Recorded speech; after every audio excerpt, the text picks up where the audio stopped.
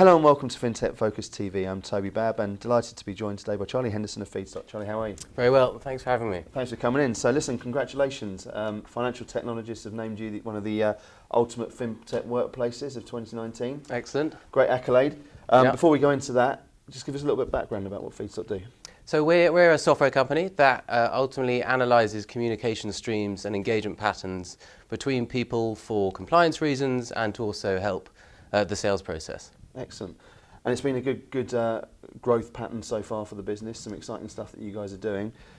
Really important is obviously making it a good culture and a good workplace, and having read your application and put it through the judging process, there's some really clever stuff that you guys are doing. Why is it so important for you to have a great workplace at Feedstock?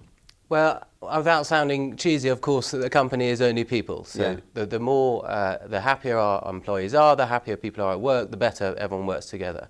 So we have a very sort of collaborative workplace where everyone gets to chip in, have ideas, make decisions, which I think helps the whole business and the team at the same time. Excellent. And talk us about some of the things that you're doing to make it stand out. I think one of the key things is collaboration and giving people the opportunity to have their own input in each decision. So yeah. It's not a very hierarchical business, it's quite flat in its structure, and that means that everyone can have an opinion, and it means that when we come to a decision as a group, as a team, as a company, then it is always, has buy-in from the team, has buy-in from the people, and generally that leads to the best outcome. Yeah, I think communication is such an important thing. It was a feature actually of some of the, the 20 best that we saw and went through the process. Is that sort of ability for people to have an input into the company and direction was important. Equally important was the sort of purpose, I guess, of the business and the sort of quality of the technology and the story and the people who you're working with. And you've got a great team there, right? Got a great team. Tell us a little bit about what's exciting about what you're doing and the technology that you engage with. We're at an exciting time when a few years ago people were talking about cloud computing, and then AI started to kick off.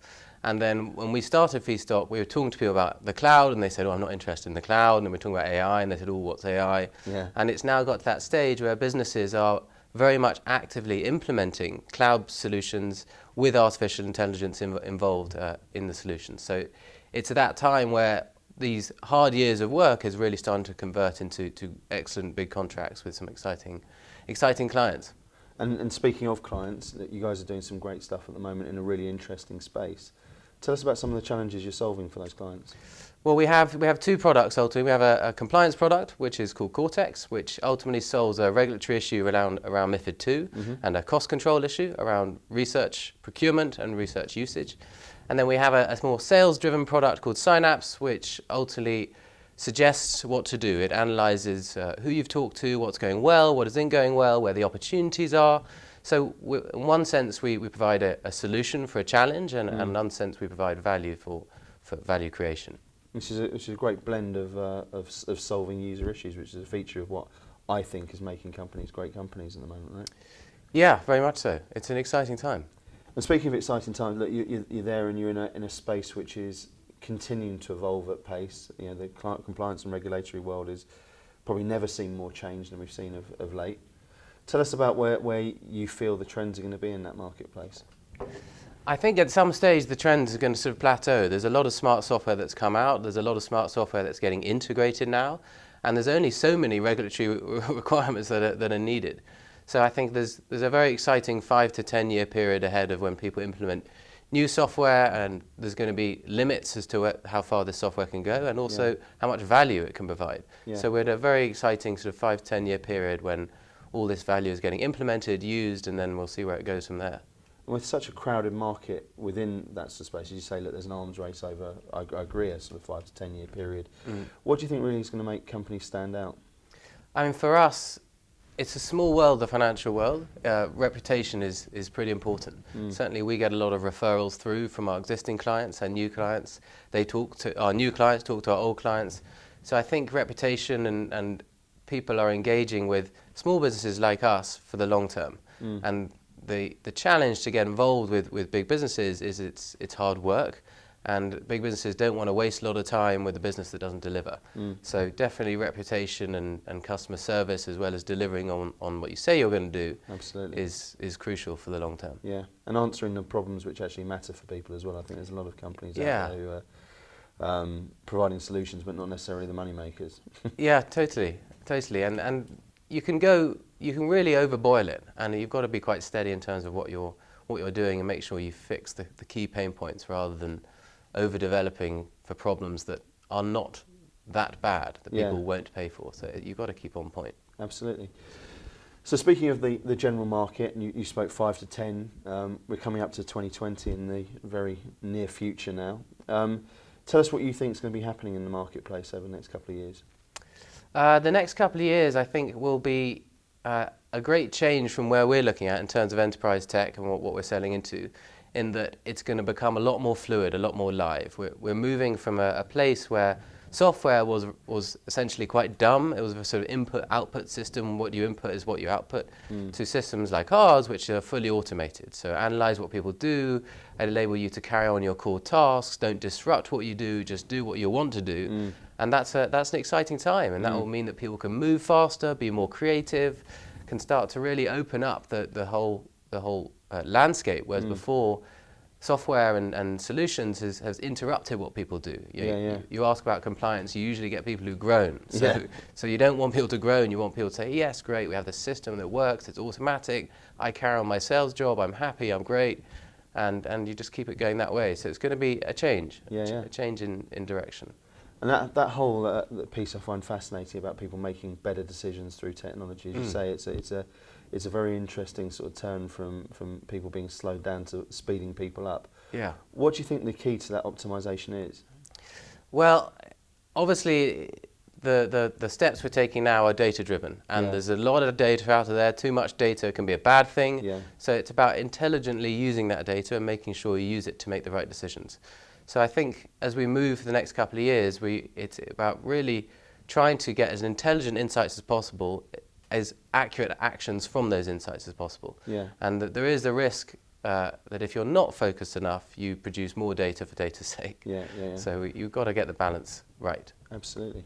And exciting times for the business. Very exciting. Tell us a little bit more about what's planned for you guys over the coming months. We're just about to close a fundraise, which has been taking some time, which is great. Always good fun. Always good fun. And we just onboarded one of our largest clients. We're just about to onboard another one.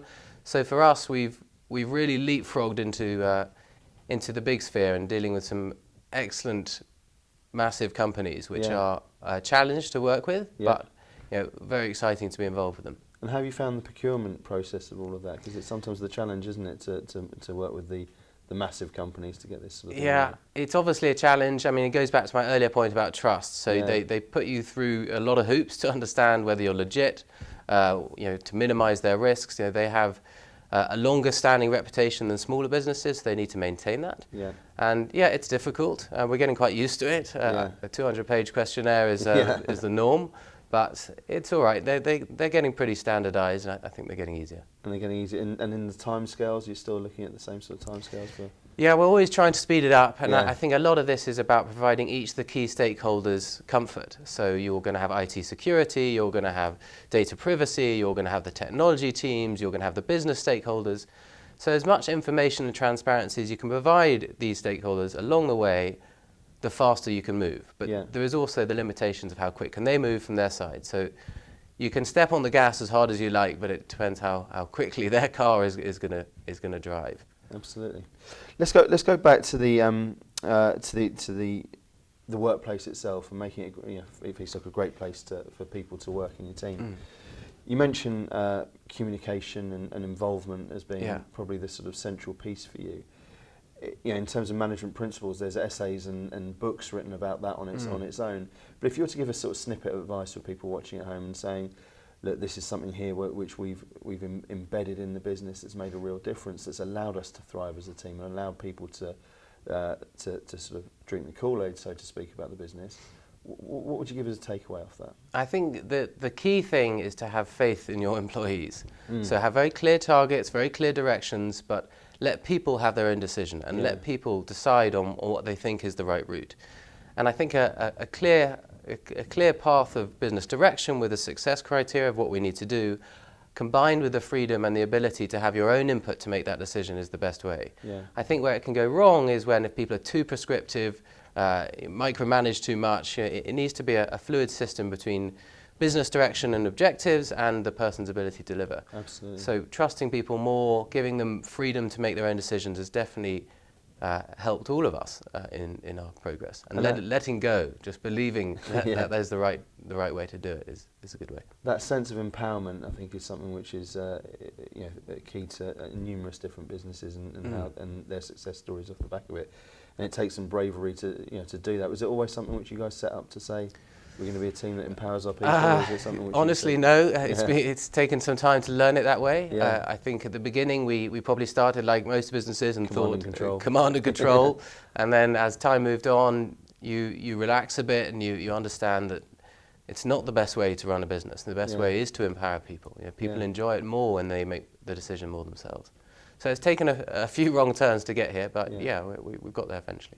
Well, Charlie, listen, it's great to see you guys thriving. It was wonderful to read about a business there that's clearly committed to its people, and it's equally good to hear about the sort of innovation you're doing in the marketplace and how well you guys are going. So good luck with the raise, and good luck with the new clients and the continued battles of procurement and such like, and we wish you the very best for the future. Great. Thank you very much. Thanks very much. Much appreciated. Thanks to all of you for watching, and we'll see you soon on another episode of Fintech Focus TV. Cheers. Thanks.